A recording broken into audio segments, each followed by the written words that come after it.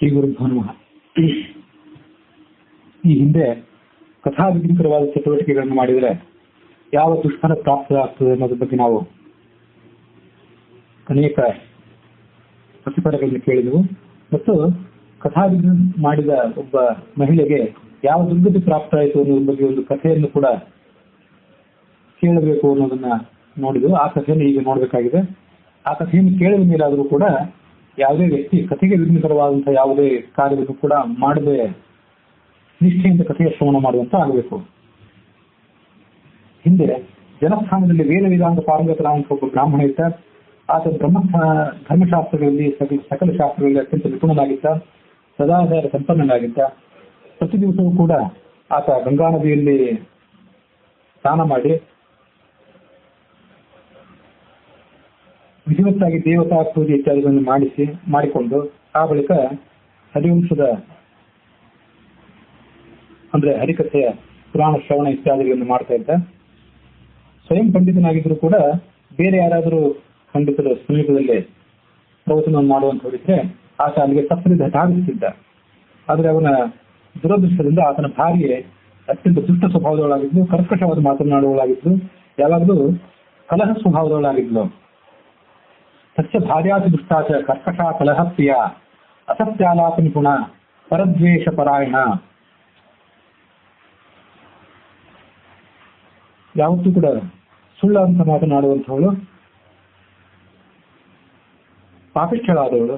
ಹಾಗಾಗಿ ಯಾರಿಗೂ ತಿಳಿಯದಂತೆ ಧನ ಸಂಗ್ರಹ ಮಾಡಿ ಅದರ ಮೂಲಕ ಹಾಲು, ಮೊಸರು, ಬೆಣ್ಣೆ, ತುಪ್ಪ, ಬೆಲ್ಲ, ಸಕ್ಕರೆ ಮೊದಲಾದ ಪದಾರ್ಥಗಳನ್ನ ಗುಪ್ತವಾಗಿ ಸಂಗ್ರಹಿಸಿ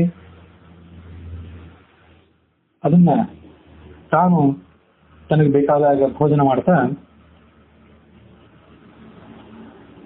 ಗಂಡನಿಗೆ ಮಾತ್ರ ಶುಷ್ಕವಾದಂತಹ ಒಣ ಅನ್ನವನ್ನ ನೀಡ್ತಾ ಇದ್ದು. ಘೃತಂಚ ನವನೀತಂಚ ಸ್ವಯಮಾನೀಯ ಸರ್ವದ ಏಕಾಂತೆಯ ಭಕ್ಷಣಂ ಚಕ್ರೆ ಭರ್ತವ್ಯನ್ನಂ ಪ್ರಶುಷ್ಕಕಂ. ರಸವಿಲ್ಲದ ಒಣಗಿದಂತ ಅನ್ನವನ್ನ ತನ್ನ ಗಂಡನಿಗೆ ಆಕೆ ಬಡಿಸ್ತಾ ಇದ್ದು. ದುರಾಗ್ರಹ ದುಷ್ಟಮನಾಹ ಪ್ರತಿನಿಂದ ಪರಾಯಣ ಬಹುಪಾಪ ಪ್ರಕೃತೀಚ ಪರವೇಶ್ಮೋಪವರ್ತಿನಿ. ಅಷ್ಟೇ ಅಲ್ಲದೆ ಪ್ರತಿ ನಿಂದಾಪರಾಯಣಗಳಾಗಿದ್ದು ತನ್ನ ಗಂಡನನ್ನೇ ಯಾವತ್ತೂ ನಿಂದಿಸ್ತಾ ಇತ್ತು. ಹೊತ್ತಲ್ಲದ ಹೊತ್ತಿನಲ್ಲಿ ತನ್ನ ಮನೆಯನ್ನು ಬಿಟ್ಟು ಬೇರೆಯವರ ಮನೆಗೆ ಅಲೆದಾಡ್ತಾ ಅಲ್ಲಿ ಕೂತ್ಕೊಳ್ತಿದ್ರು. ಆಕೆ ಬಾಯಿಂದ ಎಂದೂ ಕೂಡ ಒಳ್ಳೆಯ ಮಾತು ಹೊರಟಿದ್ದಿಲ್ಲ. ಗಂಡನಿಂದ ದ್ವೇಷ ಮಾಡತಕ್ಕಂಥವ್ರ ಬಗ್ಗೆ, ಗಂಡನಿಗೆ ವಿರೋಧಿಗಳಾದವರ ಬಗ್ಗೆ ಈಕೆ ಯಾವತ್ತೂ ಕೂಡ ಕಾಳಜಿಯನ್ನು ತೋರಿಸ್ತಾ ಇದ್ದು. ಒಂದೇ ಪಂಕ್ತಿಯಲ್ಲಿ ಕೂತು ಭೋಜನ ಮಾಡ್ತಕ್ಕಂಥವ್ರಿಗೂ ಕೂಡ ಆಕೆ ಪಂಕ್ತಿ ಭೇದ ಮಾಡ್ತಿದ್ಲು. ಗಂಡನಿಗೆ ಪಂಕ್ತಿ ಭೇದ ಮಾಡುವಂಥವಳು, ಮೋಸ ಮಾಡುವಂಥವಳು ಬಂದು ಅತಿಥಿಗಳಿಗೆ ಪಂಕ್ತಿ ಭೇದ ಮಾಡ್ತಿದ್ದು ಅನ್ನೋದೇನು ಆಶ್ಚರ್ಯದ ಸಂಗತಿ ಅಲ್ಲ.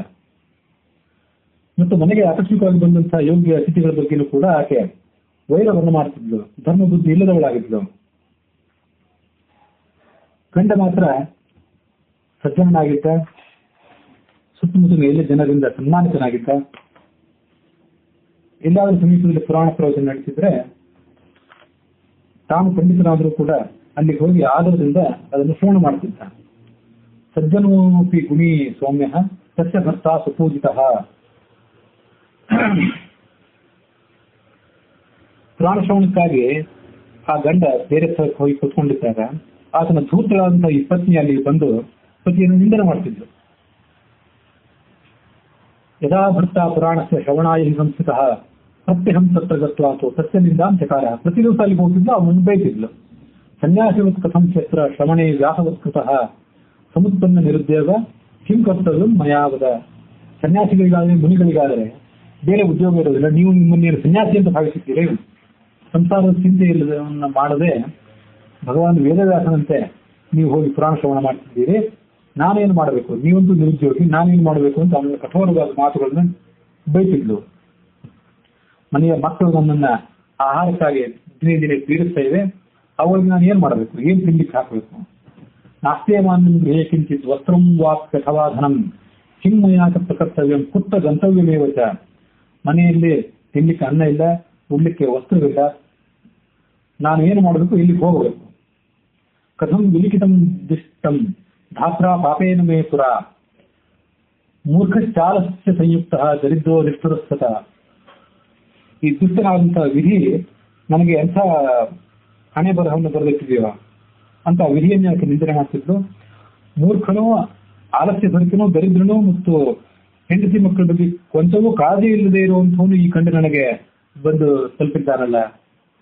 ಏತಾದಶ ಪತಿರಮಶ್ಯಂ ಧಾತ್ರಾದತ್ತೋ ದುರಾತ್ಮ, ದುಷ್ಟನಾದಂಥ ವಿಧಿ ಇಂಥ ಗಂಡನನ್ನ ಕೊಟ್ಟು ಬಿಟ್ಟಿದ್ದಾನಲ್ಲ, ನಾನೇನು ಮಾಡ್ಬೇಕು ಅಂತ ಆಕೆ ಗಂಡನನ್ನ ಮತ್ತು ಬ್ರಹ್ಮನನ್ನ ಇಬ್ಬರನ್ನು ಕೂಡ ನಿಂದನೆ ಮಾಡ್ತಿದ್ಲು.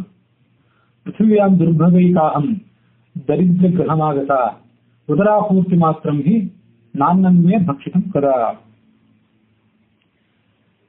ಈ ಬ್ರಹ್ಮ ಭೂಮಿಯಲ್ಲಿ ಅನೇಕ ಜನ ಸ್ತ್ರೀಯರನ್ನು, ಪುರುಷರನ್ನು ಸೃಷ್ಟಿ ಮಾಡಿದ್ದಾನೆ.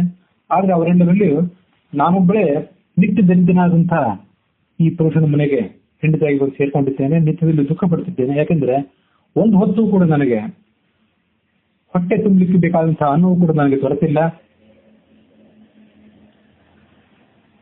ಸೌಭಾಗ್ಯ ಸಾಹಸ್ಯ ಲೋಕೆ ಯಾಸಾದ್ ಉದ್ಯೋಗಶಾಲಿನಃ ಪತಯಃ ಧನಧಾನ್ಯಾದಿ ಸಮೃದ್ಧಿ ಪರಿಶೋಭಿತಾ. ನಿಜವಾಗಿಯೂ ಸುತ್ತಮುತ್ತಲಿರುವಂತಹ ಅನೇಕ ಜನ ಸ್ತ್ರೀಯರು ಅವರು ಸೌಭಾಗ್ಯಶಾಲಿನಿಯರು. ಯಾಕೆಂದ್ರೆ ಅವರ ಗಂಡಂದಿರು ಉದ್ಯೋಗಶೀಲರು, ಧನವನ್ನು ಸಂಪಾದನೆ ಮಾಡಲಿಕ್ಕೆ ಬೇಕಾದಂತಹ ಉದ್ಯೋಗ ವ್ಯವಹಾರಗಳನ್ನ ಪ್ರಯತ್ನಪೂರ್ವಕವಾಗಿ ಮಾಡುವಂಥವರು ಮತ್ತು ತಮ್ಮ ಮನೆಗಳನ್ನ ಧನಧಾನ್ಯಾದಿಗಳಿಂದ ಸಮೃದ್ಧವನ್ನಾಗಿ ಮಾಡಿಟ್ಟಿದ್ದಾರೆ. ದೇವೈ ಶ್ರೀನಾಂ ವಾಕ್ಯಕರಾಹ ಶಿಶುಪಾಲನ ತತ್ಪರಾಹ ನಿತ್ಯಂ ಗೃಹೇಶು ತಿಷ್ಠಂತಿ ಶ್ರೀನಾಂ ಸಂತೋಷಕಾರಕಾಹ. ಉದ್ಯೋಗ ಮಾಡಿ ಮನೆಗೆ ಬೇಕಾದಂಥ ವ್ಯವಸ್ಥೆಯನ್ನು ಮಾಡೋದಲ್ಲದೆ ತಮ್ಮ ಹೆಂಡಂದಿರು ಕೇಳಿಕೊಂಡಂಥ ಮಾತುಗಳನ್ನ ಅವರು ಯಾವುದೇ ವಿಳಂಬವಿಲ್ಲದೆ, ಯಾವುದೇ ತಾತ್ಸಾರವಿಲ್ಲದೆ ನಡೆಸಿಕೊಡ್ತಾರೆ ಮತ್ತು ಮನೆಯ ಚಿಕ್ಕ ಪುಟ್ಟ ಮಕ್ಕಳನ್ನ ಪಾಲನೆ ಮಾಡಿ ಹೆಂಡತಿಗೆ ನೆರವಾಗ್ತಾರೆ. ಯಾವಾಗಲೂ ಕೂಡ ಮನೆಯಲ್ಲಿ ಇದ್ದು ಹೆಂಡತಿಗೂ ಕೂಡ ಸಂತೋಷವನ್ನು ಕೊಡುವಂಥವ್ರು. ಸದನ್ನ ಭಕ್ಷಣಾ ಪುಷ್ಟಾ ಭಾರ್ಯಾಜ್ಞಾ ಪರಿಪಾಲಕಾ ವ್ಯವಸಾಯಂತ ಭಾರ್ಯಾಣಾಂ ಕುಡಿಯಂತಿ ಬುದ್ಧಿಶಾಲಿನಃ. ನಿತ್ಯವೂ ಮೃಷ್ಟಾನ್ನವನ್ನೇ ಭೋಜನ ಮಾಡಿ, ತಾವು ಭೋಜನ ಮಾಡಿ, ಮನೆಯವರಿಗೆಲ್ಲರಿಗೂ ಭೋಜನ ಮಾಡಲಿಕ್ಕೆ ಅನುಕೂಲವಾದಂತಹ ವ್ಯವಸ್ಥೆಯನ್ನ ನಿರ್ವಹಿಸಿಕೊಂಡು ಹೆಂಡತಿಯ ಆಜ್ಞೆಯನ್ನು ಪರಿಪಾಲನೆ ಮಾಡಿ ವಿವೇಕಿ ಶಾಲಿಗಳಾಗಿ ಅವರು ಬಾಳ್ತಾ ಇದ್ದಾರೆ. ಆದ್ರೆ ಈ ಗಂಡ ಮಾತ್ರ ಮೂರ್ಖನಾಗಿದ್ದಾನೆ, ಜಡನಾಗಿದ್ದಾನೆ, ಮನೆಯ ವಾರ್ತೆಗಳ ಬಗ್ಗೆ ತಿರಸ್ಕಾರವನ್ನು ಮಾಡುತ್ತಿದ್ದಾನೆ. ಇವತ್ತು ಮನೆಯಲ್ಲಿ ಎಣ್ಣೆ ಇಲ್ಲ, ಇಂಧನವಿಲ್ಲ, ಉಪ್ಪಿಲ್ಲ. ಸಾಕಷ್ಟು ಮಮನಾಸ್ತಿವ, ಮನೆಯಲ್ಲಿ ತರಕಾರಿ ಇಲ್ಲ. ಧಾನ್ಯ ಲೇಷೋಪಿ ಮದ್ಗೃಹ, ಒಂದು ತುಣುಕು ಧಾನ್ಯವೂ ಕೂಡ ಇಲ್ಲ. ಕಿಂ ಮಯಾತು ಪ್ರಕರ್ತವ್ಯಂ ಪತಿ ರೇಖಾದೃಶೋ ಮಮ. ಇಂಥ ಗಂಡ ನನಗೆ ಗೊತ್ತಿದ್ದಾನಲ್ಲ, ನಾನೇನು ಮಾಡಬೇಕು ಅಂತ ಹೀಗೆ ಆಕೆ ಕಥೆ ಪ್ರವಚನ ಏನು ನಡೀತಿತ್ತೋ ಅಲ್ಲಿ ಗಂಡನನ್ನು ಸಮೀಪಿಸಿ, ಅಲ್ಲಿ ಹೋಗಿ ಗಂಡನನ್ನು ಸಮೀಪಿಸಿ ಅವನನ್ನ, ಆ ಸನ್ಮಾರ್ಗ ಮೂರ್ತಿಯಾದಂತಹ ಗಂಡನನ್ನ ನಿಂದನ ಮಾಡ್ತಿದ್ದು. ವಾಸ್ತವದ ಸಂಗತಿ ಅಂದ್ರೆ ಧಾನ್ಯಾದೋ ವಿದ್ಯಮಾನೇತಿ ಮಿಥ್ಯಾಭಾಷಣ ತತ್ಪರ. ಮನೆಯಲ್ಲಿ ಬೇಕಾದಂತಹ ಧಾನ್ಯ ಸಮೃದ್ಧಿ ಇರ್ತಿತ್ತು, ಆದರೂ ಕೂಡ ಹೀಗೆ ಕೆಟ್ಟ ಮಾತನ್ನ, ಸುಳ್ಳು ಮಾತನ್ನ ಅಲ್ಲೇ ಆಡ್ತಿದ್ಲು. ಹೀಗೆ ಪ್ರತಿ ದಿವಸವೂ ಕೂಡ, ಯಾವಾಗೂ ಒಮ್ಮೆ ಅಲ್ಲ, ಪ್ರತಿ ದಿವಸವೂ ಕೂಡ ಆ ಗಂಡ ಇರುವಂತ ಸ್ಥಳಕ್ಕೆ ಹೋಗಿ ಅವನ ಕಥಾಶ್ರವಣಕ್ಕೆ ವಿಘ್ನ ಮಾಡ್ತಿತ್ತು. ಮರಣದ ಬಳಿಕ ಆಕೆ ಆ ಪಾಪದ ಫಲವಾಗಿ ಏನಾಗಿ ಹುಟ್ಟಿದ್ದು ಅದನ್ನು ಗಮನಿಸಬೇಕು. ಯಮದೂತೈಸ್ತು ಸಾಬದ್ಧ ನೀತಾಸ ಯಮಮಂದಿರೆ ತಥೋ ಯಮಾಜ್ಞಾತೈಸ್ತು ನರಕೇ ಪಾಸ್ತಾಚನಂ. ಆಕೆ ಮರಣದ ಬಳಿಕ ಯಮದೂತರು ಅವಳನ್ನು ಕರ್ಕೊಂಡು ಹೋಗಿ ದೀರ್ಘಕಾಲದ ನರಕದ ಶಿಕ್ಷೆಯನ್ನು ಆಕೆಗೆ ಅನುಭವಿಸಲಿಕ್ಕೆ ಕೊಟ್ಟರು. ಪಶ್ಚಾತ್ಥ ರಾಕ್ಷಸೀ ಜಾತ ರೌರವೇ ಜಲವರ್ಜಿತೆ ಅರಣ್ಯೇ ಕ್ಷುತ್ರಶಾಯುಕ್ತ ಸರ್ವಪಾಪ ಪ್ರಭಾವತಃ. ತಾನು ಮಾಡಿದ ಫಲದ ಪ್ರಭಾವದಿಂದ ನರಕದಲ್ಲಿ ಶಿಕ್ಷೆಯನ್ನ ಅನುಭವಿಸಿದ ಬಳಿಕ ಆಕೆ ಒಂದು ಭಯಂಕರವಾದಂತಹ ನೀರು ಇಲ್ಲದಂತ ಗುಂಡಾರಣ್ಯದಲ್ಲಿ ರಾಕ್ಷಸಿಯಾಗಿ ಹುಟ್ಟಿದ್ಲು. ಅಲ್ಲಿ ಅವಳಿಗೆ ಕುಡಿಲಿಕ್ಕೆ ನೀರು ಇಲ್ಲ, ತಿನ್ಲಿಕ್ಕೆ ಯಾವ ಆಹಾರವೂ ಕೂಡ ಇರಲಿಲ್ಲ. ಯಾವುದೇ ಆಹಾರವಿಲ್ಲ, ಮನೆಯಲ್ಲಿ ಯಾವುದೇ ಅನುಕೂಲಗಳನ್ನು ಗಂಡ ಮಾಡಿಕೊಟ್ಟಿಲ್ಲ ಎಂಬುದಾಗಿ ಕ್ರೂರವಾದಂತಹ ಸುಳ್ಳಾದಂತಹ ಮಾತನ್ನ ಆಡಿದ್ದರ ಫಲವಾಗಿ ಆಕೆ ಈ ದುಃಖವನ್ನು ಅನುಭವಿಸಿದ್ಲು. ತಸ್ಮಾತ್ ವಿಘ್ನಂ ನ ಕರ್ತವ್ಯಂ ಭಾರ್ಯೆಯ ಪುರುಷೇಣವ ಶ್ರೀಹರೇ ಸತ್ಕಥಾಯಾಸ್ತು ತವ ಸತ್ಯಂ ವದಾಮ್ಯಹಂ. ಹಾಗಾಗಿ ಕಥೆಗೆ ಯಾವುದೇ ರೀತಿಯಾದಂತಹ ವಿಘ್ನವನ್ನು ಕೂಡ ಮಾಡಬಾರದು.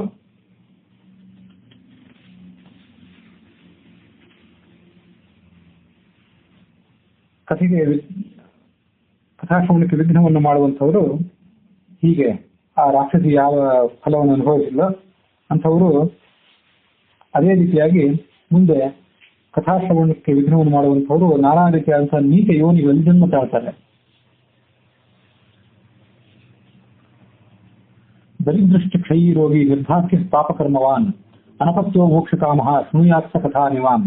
ಇಲ್ಲಿವರೆಗೆ ನಾವು ಸಂತಾನಹೀನನಾದಂತಹ ವ್ಯಕ್ತಿ ಸಂತಾನಕ್ಕಾಗಿ ಹರಿವಂಶ ಶ್ರವಣವನ್ನು ಮಾಡಬೇಕು ಅಂತ ಹೇಳಿದ್ವಿ. ಅದಷ್ಟೇ ಅಲ್ಲದೆ ದರಿದ್ರನಾದವನು, ಸಂಪತ್ತಿಲ್ಲದವನು,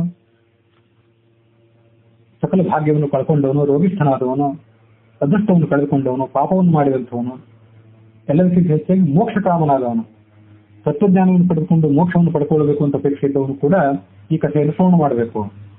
ಅಪುಷ್ಪ ಕಾಕವಂಧ್ಯಾಚ ವಂಧ್ಯಾಯಾಚ ಮೃತಾರ್ಧಕ ಸರ್ವಗರ್ಭಾಚಯ ನಾರಿ ತಯಾ ಶ್ರಾವ್ಯ ಪ್ರಯತ್ನತಃ.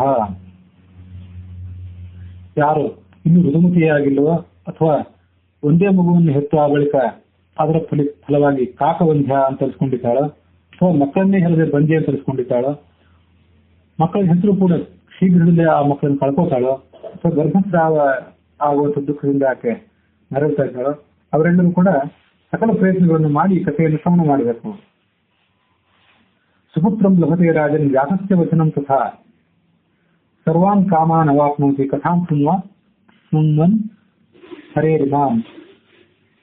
ಹೀಗೆ ಸಕಲ ನಿಯಮಗಳನ್ನು ಅನುಸರಿಸಿ ಕಥೆಯನ್ನು ಶ್ರವಣ ಮಾಡಿದ್ದಾದ್ರೆ ಸರ್ವ ಕಾಮಗಳನ್ನು ಆಕೆ ತಮ್ಮ ಮನದ ಅಭಿಲಾಷೆಗಳನ್ನ ಪಡ್ಕೋತಾಳೆ. ಅವಳ ಕುಟುಂಬವೂ ಕೂಡ ಪಡ್ಕೋತಿದೆ.